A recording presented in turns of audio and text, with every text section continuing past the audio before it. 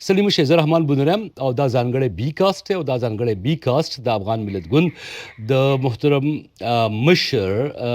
سانګل شیرزاد صاحب سره د اروپا په هالند ښار کې ریکارډ کوو. سلامونه مشر سلیم شه. سلام علیکم ستړي مشه. ډیر مننه تاسو د خیر راغلی. د شنو چایو ولې خاطر په خیر راغلی. تشکر د دې شنو چایو خوان په امریکا کې رشته زه په نیم دلته کې سو راچي. دا دلته خچې نه راوړي. زه فکر کوم زعفران له کابل راځي. او زعفران کابل نه راځي. مشر دا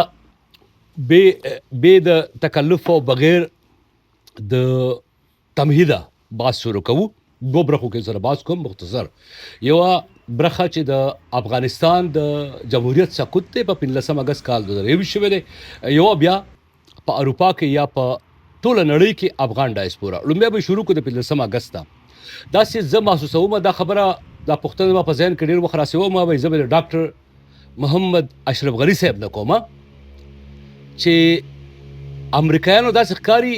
دا هیواد یو دکان غنه پټیکای اگست وو او چې راتلې نو طالبان ته به اجاره ورکا هیواد 70 نه ودا په کوم طریقه چې در سقوط وشو او دا دردونکې او خطرناک سوال دی زما په ذهن کې خو تاسو سره ځکه چې د سیاسي تاریخ یو گواه هم برخه هم او په دې عمل کې پاتې شي وای او دا اجاره چې امریکایانو طالبان ته ورکوله نو ستاسو په شان چې د کور مالکان وو خاوندان وو صادر مو وسند پکول یا لونګي مو په سر کړه او استم ورته پرې خو طالبان ته ولې مو ته پرې خو دو او ته فکر کوي واقعي د طالبان ته په اجاره ورکړې ته د سوال سره اتفاق لري. بسم الله الرحمن الرحیم. نو راځه هر خارجي هیواد خپل ګټ پسې ګرځي. امریکا یو لوی هیواد دی هغه د خپل منافعو لپاره کار کوي. امریکا په حواله کې پالیسي دا و چې طالبان به د وسلې په زور باندې صحنه نو باسي او دلته به نظام جوړ کی. او پس له څو کالو ورته ثابت شو چې د افغانستان دغه جغرافي موقعیت او غرونه او ځنګلونه او د طالبانو مقاومت دغه خلک په جنگ لمنځه نه ځي. د طالبانو سره د سیاسي حل خبرې شروع کړلې. په دې کې چې امریکا هر څه هدف لرل خو یو څه ګناه د افغانانو و خپل ګناه په دې واچول په هغه وخت کې که تاسو د کابل نیوز تلویزیون وګورئ شمشاد تلویزیون خبرې ما پر هفته کې علاقه یو ځل پر هفته کې دا خبرې کړې دي. په هغه وخت کې زموږ ولسمشر غني هم درست موقف ونه نیو. مشر او بخ ډیر زیات زه ور بیا د خپل سوال بیا دا کوم دا انګریزي کو ته ریفریش کوم یعنی په بل انداز کې به وکم امریکایانو اوس پر افغانستان طالبانو ته په دې نقطه باندې متفق کړای او امریکا په اخر کې امریکایانو په ورسره همکاري وکړه د افغانستان په سپارلو یا لاقل مخالفت تاسو په شان مشران یعنی داسې معلومه ده چې هر افغان مشر او مبارز او هغه سړی چې په نظام کې دی او په سیاست کې دی او په محکمه کې دی په واک کې دی د سیل مې یعنی دا سوچ دغه عمل ولې داسې وشو چې هر هغه وګړي چې هغه جمهوریت پلوه وو هر هغه مشر جمهوریت پلوه او طالب مخالف وو امریکایانو کومک وکړ په سپارلو کې او تاسو ورته ورپرې خو داسې دا او کدا چې دا ولې دا کار وشو ګوره داسې ورپرې خو دل خو ګوره د دولت وظیفه ده چې دفاع کړي وي د ولسمشر د نظامی قوا وظیفه ده د افغانستان نظامی قوا تر اخر پورې مقاومت وکړي خو متاسفانه سیاسي مشرانو مقاومت ونه کې او ولې ته فکر څه کوي ولې دا سو علت څه مشره په دې کې مختلف عوامل دي. یو علت دام کې دی شي چې ولسمشر غنی په دې پوه شولو چې په سیاسي حال کې زمون ته ناراضم او خامخا به درمګړی من سره راځي نو هغه تر اخر پورې سیاسي حال ونه منلو. د چې دا خبره وکړه دغه یو چینل دی او داسې ښکاري چې اشرف غنی صاحب دغه سره یو داسې جوړه شوې ده چې بل خبريال ته نور پرېږدي ما ډېر کوشش وکړ خو بهرحال هغې باندې بحث نه کوم. هغې ته ویل چې کما کابل نه به پرېښې نو د افغانانو وینه به دا یو ایکسکیوز دی یا بهانه ده یا سم سوچ دی همداسې وه سم چې فکر کوم داسې یو بهانه ده کدی پاتې شوی څه به شوی وي کدا پاتې شوی دا د زه چې تر کومه دا پوری پویم طالبانو د حق نه لرو چې کابل ته داخل شي تاسو بیا پاتې کېدی طبي خبره ده دا نورم پاتې کېدل. طبي خبره ده چې نظام نه بیړنګ شوی. اشرف غني صاحب نه راوته څوک نه راوته. ممکن یې 15 کسان کنه خو په مجموع کې به نظام په خپل حال پاتې وي. نظامیان هم پاتې کېدل. نظامیان تر اخره پاتې شول. دا ملي اردو ځکه جوړه شوه او بخې ټکې د معذرت دی خو داسې ده امریکایانو ته وایي ایواپوریټډ په هوا کې چې اشرف غني صاحب راوتلو سره دا سمبولیک و دا خبره. ګوره نظامیان خو د یو ځای نه رهبري کېږي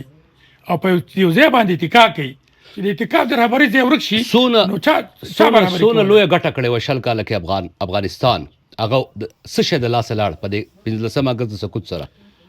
ګوره په دې 20 کاله کې افغانستان کې یو قانون منځته راغلی و، یو قانوني حکومت منځته راغلی و. ټولې مؤسسې چې چړنګې شوي وي، که هغه نظامي وي، که سیاسي وي، که کلتوري وي، که اجتماعي وي، هغه ټولې مؤسسې بیا د سره جوړې شوې، فعاله شوې. صحیح ده چې په دغه مؤسساتو کې به ډېر بد خلک په قدرت کې وو،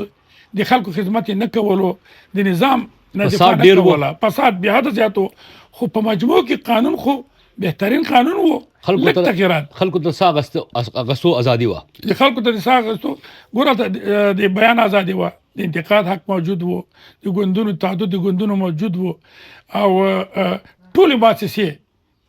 فعاله شوي وي او ورځ په ورځ په رشد کې وي. البته فساد ډېر حاکم و، غصب ډېر حاکم و، خو دا کېدای شول چې په مرور زمان له منځه لاړ شي. د دغه نظام په سقوط کې به یوه خبره کول درته غوښتله چې د غني تر څنګ د زمونږ د ګاونډیو استخباراتو رول هم و چې دغه نظام ته سقوط ورکړي. مشر موږ ډاکټر غني صاحب ته توهین دپاره دا تپوس نه کوو، هغه په هغه وخت کې د ملت مشر و، په جمهوري طریقه سره مشر شوی و. داسې که زه وایم چې ته ذموار یې، زه ممکنه توګه هر سړی ذموار وي، خو موږ دغه ځکه اخلو چې هغه د ګورنمنټ د مشر په توګه ولسمشر په توګه نمایندګي کوله. مشر د افغانستان ملت د هیواد په توګه په دنیا کې هم څوک په رسمیت نه پیژني. دا وخت 4 کاله وشو نږدې د څومره دا خبره ته څنګه تشریحوي؟ څه شی دی دا؟ دا ډېر دردونکی ده په خاصه توګه د افغانستان د خلکو دپاره. دغه درد هغه افغانان چې په دننه کې دي هم ښه احساسوي او هغه درد چې د افغانستان نه بیرون دي هم ډېر ښه احساسوي. زه فقط لنډ مثال راته وایم، دغلته په اروپا په هر هېواد کې چې د افغان یو سند په کار شي، نکاحنامه، بل سند هیڅ مرجع نشته چې ورته مراجعه وکړي او هغه سند ته واخلي. ته فکر وکړه چې څومره خلکو کارونه، پاسپورټ، تذکره، بل شی دا مرجع نشته چې هغه ترلاسه کړي. او د افغانستان په دننه کې تاسو به اورېدلي وي دغه تقریبا څه کم 4 کاله کې په افغانستان اقتصادي بندیزونه دي، حتی خلک مجبور شول چې خپل بچیان خرڅ کړي. مشکلات دي، سخت مشکلاتو سره مخامخ شول، ځکه دلته د افغانستان په لکونو خلکو مامورینو صرف په یو معاش ژوند کولو. د بچیانو خرڅول مشر دا ډېر دردونکی ده او په دې باندې زه ډېر ځایونو کې بحثونه مو وکړل او کله ناکله سړي ته ځان بې ابروم ښکاري، بې احترامي هم ښکاري. خو حقیقت دا دی چې په دې اوسنۍ واکمنۍ کې چې په کندهار کې ناست هیبت الله اخندزاده صاحب مشري کوي، چا لیدلی نه دی. زه اکثره وایم چې پردهنشین امیر صاحب یا غیب د طالبانو پلویان مانه غوسه شي او خفه شي. زه ورته وایم چې خان نو غیب ته چې غیب نه څه شی ورته وایي، یا پردهنشین دی چې پردهنشین نه وایي نو څه شی ورته وایي. یعنې زه خو بل داسې یو توری نه لرم. د دې پردهنشین امیر هیبت الله اخندزاده صاحب یا غیب په امارت کې که یو افغانه لور مور د خپله لور خرڅوي، په دې خاطر خرڅ نه معنی دا ده چې د پاتې بچیانو ته خوراک پیدا کړي. دا وطن بې ابرو دی. نو دا امن دی، باید د امن په نوم باندې پرچار ونشي که نه؟ داسې نه ده. زما په عقیده ګوره امن هغه وخت خوند کوي، امن د څه په خاطر چې امن وسیله شي د خلکو د اقتصادي، سیاسي، فرهنګي د خلکو د ابرومندانه ژوند پکې جوړ شي، هغه امن دی. اوس دا پوښتنه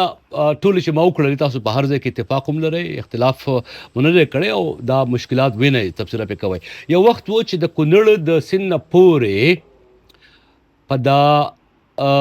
نورګل ولسوالۍ کې د نورهدی شمس صاحب چې باچا خان په حجره کې د مزی لره او دی چې بیا هم دا روسان راغلل، دا د دنیا طاقتور یګ راغی افغانستان، نو دی په دې سیند پورې وتل، کارشتغال ته لاړه. له هغه وخته د دې وخته پورې بیا ما دا پروسه هم څارلې هم د لږه ډېره د یو مورخ یا طالب علم په توګه باندې، او د دې سیاسي تحریکونو دا شعارونه چې کوم ته چې موږ ماټوز وایو یا سلوګنز وایو، ستاسو د سلوګن چې یو موټی متحد او پرمختللی افغانستان، اوس دا تپوس کوم چې یو موټی پرمختللی خوشحاله افغانستان بیرته د جوړېدو څه امکان شته دی؟ دغه شعار به څنګه ژوندی کوو بیرته؟ ګوره دنیا په امید خوړل کېږي او موږ امیدوار یو چې انشاءالله دغه دوره به لنډه وي. امید سره مشوره باید یو تدبیر وي، یو منصوبه وي، یو پلان وي. زه غواړم هغه منصوبه پلان او منشور کوي هغې نه مې خبر کوي. ګوره تر اوسه پورې په دغه نیم کاله کې هېڅ د نړۍ یو هېواد دې ته حاضر نه شولو چې طالبان په رسمیت وپېژني. طالبان چې کابل ته راتلل 14 کسان د امنیت شورا په تور لیست کې وو. اوس د هغې شمېر 2 که 3 کسانو ته رسېدلی دی. دا بل مشکل په افغانستان باندې بانکونو باندې مطلق اقتصادي بندیز دی. طالبان هم دغه ټولنې خلک دي، مغز لري، په دا پوهېږي چې دغه نظام په دغه شکل نه چلیږي او ډېر روابط په غیر مستقیم شکل چې موږ د طالبانو سره لرو، د طالبانو په صفوف نه د رهبرۍ په سطحه هم په دې خبره پوهېږي چې دا نظام په دغه شکل د چلیدو نه دی. تغییر ته حاجت دی. حتی د دوی ترمنځ هغه اساسي د اختلاف نقطه اوس همدا ده. ته څه غواړې دی څه وکړي او تاسې څه وکړئ؟ موږ غواړو چې طالبان کوم تعهدات چې په دوحه کې شوي دي د امریکې سره، چې هغې کې 4 مادې وي، که ته غواړې زه به درته 4 لنډ وي. 1 2 3 4 اول او د امریکا عسکرو حضور صفر کېدل، القاعدې او تورستي ډلو ته موقع نه ورکول چې د افغانستان خاوره د کوم هېواد په ضد استعمال شي. بین الافغاني ډیالوګ او د ډیالوګ په نتیجه کې یو همشموله یا افغانستان شموله حکومت وسره شامل نه دی. اما شموله ګوره په دې معنا نه چې د هر قوم نماینده دي پکې وي، دا ټول د یوې ډلې خلک دي، د یو فکر خلک د یو فکر خلک دي. اما شموله په دې معنا چې د مختلفو قومونو د مختلفو اقشارو نو تاسو ته غوي مشر او بخه تاسو ته غوي ته وخزوینه مشر تاسو ته غوي د هم شموله کې ته بیا غواړي پرچمې او خلقي او کمیونست راولې، ته بیا غواړي همدغه جمهوریت قائم کې کم چې کفر وو، ته بیا غواړي چې داسې حکومت قائم چې فساد وو. دا طالب داسې ته وایي، طالب جواب دا دی اخو داسې وایي. نه دا خو د مخالفت په وخت کې هر څوک پرچه باندې ټاپې لګي، خو هغه چې اصول دي یو کافر څوک مسلمان کوي نه شي، یو مسلمان څوک کافر کوي او دا طالبان لري نه، دا صرف دی اعلی نه لري او دی باید د فکر کوي ته مجبورې دي شي، یو ورځ مجبورې دي شي د کناسته شي. دا دنیا دا زه چې دا اوس نن سبا خبر یم په دې سطح کې شو روان دي چې طالبان حتی که دا ته چې 80% د رهبرۍ په سطح پورې د په دې پوی دي چې دا نظام په دغه شکل نه چلی. مشر اوس تاسو د اروپا او د نړۍ ذکر وکړو، زه د پروګرام د دویمه برخه کې دا زر خبره یو اوکې پوره کوي تاسو. ما دغه 4 مادې طالبان څه غواړي؟ افغانستان امریکا وتل د القاعده او د نورو افغانستان خاوره چا په دې استعمال نه کی او بین الافغاني ډیالوګ او پرشمول حکومت. دغه تعهد امریکا او طالبانو په خپل خوخه کړی دی. و د دې صرف یو ماده عملي شوې ده چې امریکا عسکر وتی دي، درې نور دا دوی ما کوم څه به شوي تر اوسه پورې جهان شکایت نه دی کړی. معنا دا چې د افغانستان خاوره دي چا پر ضد نه استعمال شوې، صرف یوازې پاکستان کله شکایت کوي، کله اوس ډېر زیات کوي، اوس ډېر زیات کوي، اوس شکایت کوي. اوس ورته وایي تاسو خبر یاد لرئ، اوس ورته وایي طالبان د هندوانو او يهوديانو انډیوالان دي،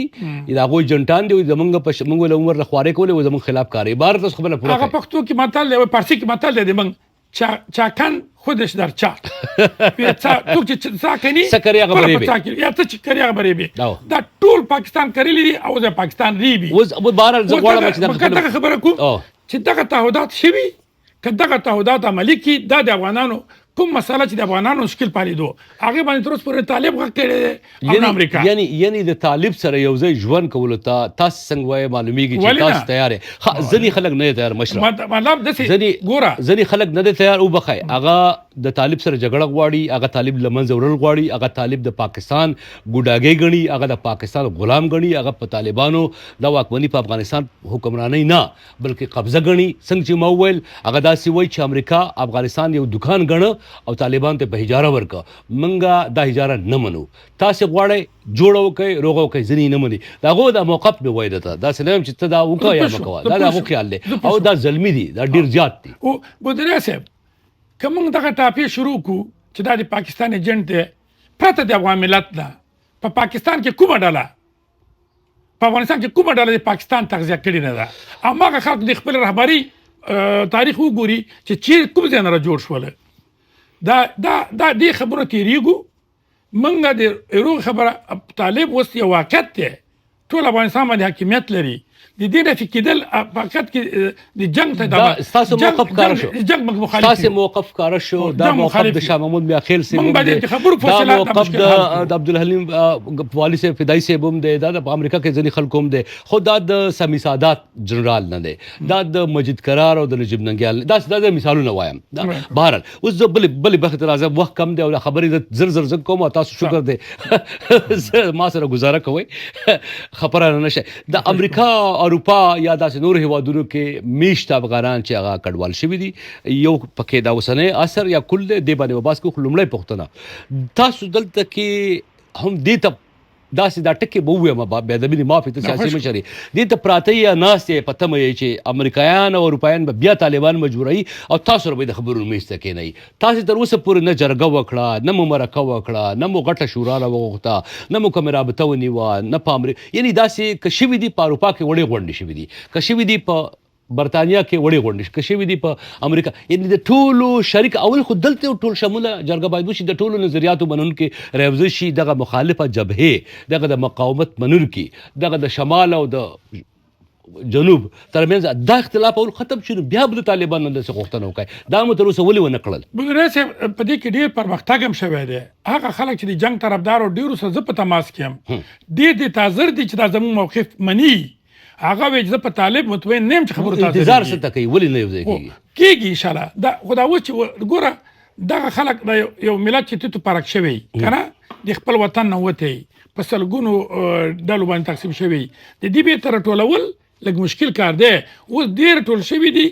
اوس جمع کول اسانه شوي زه امیدوار یم چې ډېر لږ وخت کې به څنګه رابطې دي څه ته ما ته ویلی شي کوم ځای کې چاره اخري رابطه کړې ده کوم ځای کې یو خنډ دی هغه تاسو لرې کوئ اړم یې لګیا یې څه داسې پروسس روان دی ګوره یو بعضې مشکلات خو په دغه ساعت کې دي چې ځینې دغسې موقف لري چې هغوی سره بیا افغانان نه دي حاضر چې خبرې مثلا مشکل حل وایي چې فدرال حکومت یا د افغانستان تجزیې خبره کوي بیا جمهوریت یا انتخابات دویمه خبره دا ده چې ځینې وایي چې نه حتما جنګ کوو ګوره په دا 500 کالو کې ته معلوم وې چې افغانستان کې د جنګ په نتیجه کې یو ملي قهرمان رامنځته شوی جنگ څوک کوي پردي هیوادونه جنگ ته وسله څوک ورکوي پردي استخبارات پیسې څوک ورکوي پردي استخبارات کوم خلکو نقش پکې اساسي وي چې د پردي استخباراتو مهم غړي او نږدې غړي وي نو په نتیجه کې د جنگ په اساس کې څوک منځته راځي د پردي استخباراتو نوکران خو تاسو جنگ موږ ته اوس ملي قهرمان نه دی زیږولی تاسو تر اوسه پورې د دې خوشبینۍ او د دې سوچ سره ژوند کوئ چې دغه څلورمه ماده چې تا ماته وویله یعنی د ټول شموله حکومت د ارمان به پوره کیږي یعنی د دې امکان اوس هم وینئ ډېر سل په سلو کې چې دا کار به کیږي او کیدونکی دی د هیبت الله خدای په وجودګۍ کې زه خو کم سے کم د دې خواهش او ارمان سره اتفاق نه لرم هغه چې کوم تصور دی د کم دین اسلام زه په یوه ذمهواري درته وایم چې طالبانو 80% خلک هم دې نظر سره توافق لري زه په دې ذمهوارۍ ولې یقین وکړم مشره چې دا ذمهواري ته او د مولا عمر صاحب زوی مولا یعقوب خو کوي زه پوهېږم جلال الدین حقاني صاحب چې هغه په 1985 کې د یو لوی امپایر سلطنت جوړ کړی و د کوم وخت نه چې هغه د خلیفه سراج الدین حقاني صاحب سیاسي روزنه کوي زه په دې پوهېږم خو هغه سړی چې هغه دا وخت د طاقت د تمرکز هغه بنسټ دی بنیاد دی هغه د کندهار کې ناست ملا هیبت الله اخندزاده زه به ته یو مثال ووایم تاسې هغه ته پیغام تر اوسه رسولی هم نه دی مشره رسېدلي دي پیغامونه زه ته یو مثال ووایم کله چې روسان وتل نو پیدا چې دا کارمل رهبري نه شي کولی نجیب رامنځته کړي نو روسان وویل چې دا کارمل مریض دی کارمل وویل چې زه روغه جوړ یم کارمل استعفا ته تیار نه و ته پوهېږې څه چلې ورسره وکړې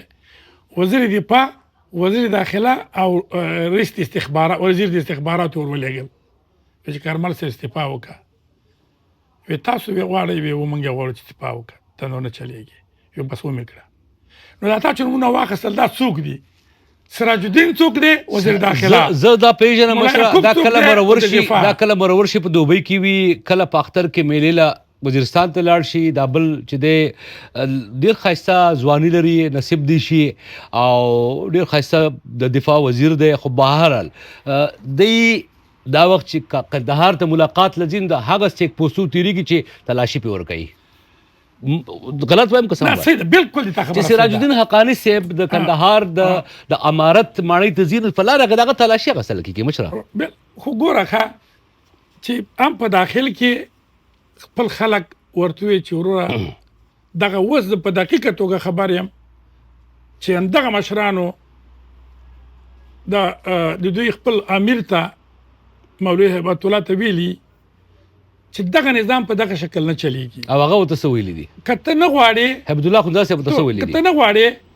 موږ د سجنه جګړه کوو د مخالفت خو په کورو کې کینو مشر هغه ورته دا ویلي دي هغه ورته تاسو خاطر حوصله وکړئ په دې فکر هغه ورته دا ویلي دي چې دا خبره په ایران کې کمیونستانو او د شاه وفادارانو هنرمندانو هغه بل ټکی ویلی دی هغه هم کوله چې دا اخوندان واکمنۍ نشي کولی وی هغه اخوندانو چې تاسو ملان ګڼل او چې نه چلیږي بیا هغو یو طاقتور ایران جوړ کو داسې ایران جوړ کو چې امریکې سره پرځول کوي